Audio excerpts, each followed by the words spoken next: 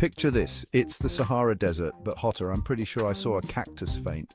That's right, folks, John Oliver, was once to becoming a human beef jerky. Why? Dehydration, my friends. Turns out chugging coffee all day doesn't count as staying hydrated. Who knew?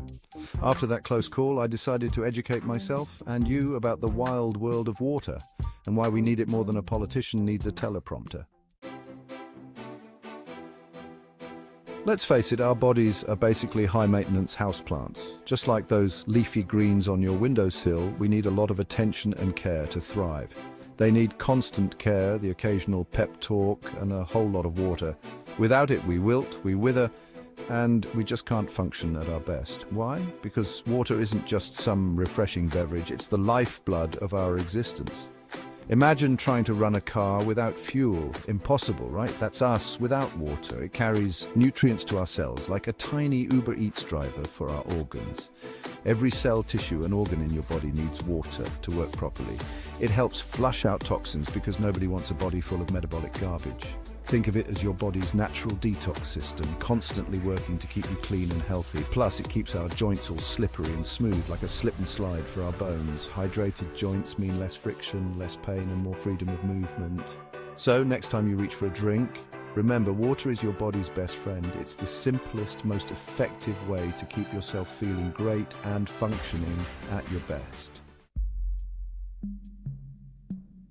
So, how much water do we actually need? It's a question that seems simple but has a surprisingly complex answer. Well, it's not as simple as saying 8 glasses a day.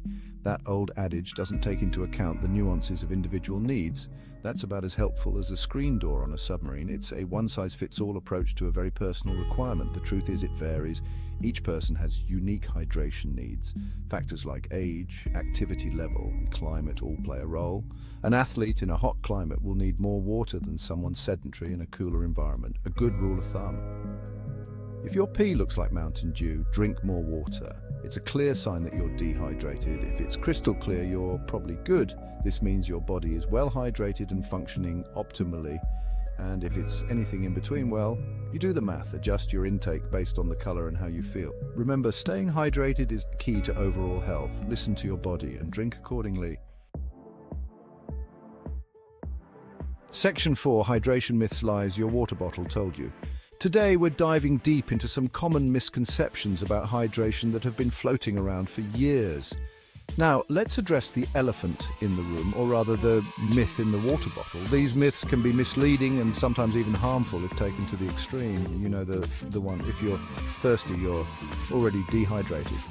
This myth suggests that thirst is a late indicator of dehydration, but that's not entirely accurate. That's like saying if you're hungry, you're already starving.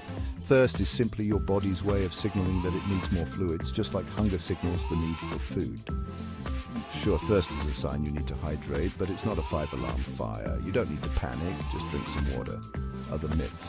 Coffee dehydrates you. Not entirely true.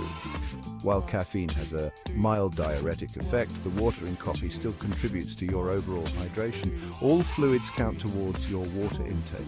Nope, not all fluids are created equal. Sugary drinks and alcohol can actually dehydrate you. And you can overdose on water, actually, yes, but it's pretty hard to do. Water intoxication is rare and usually only occurs under extreme conditions. Section 5. Conclusion. Cheers to H2O. Yeah. So there you have it. The lowdown on hydration, straight from someone who almost became a human jerky. Drink when you're thirsty, pay attention to your pee, and don't believe everything you hear about water cooler gossip. Remember, staying hydrated is like flossing. We all know we should do it more often, but hey, at least we're talking about it, right? Now go forth and hydrate, my friend.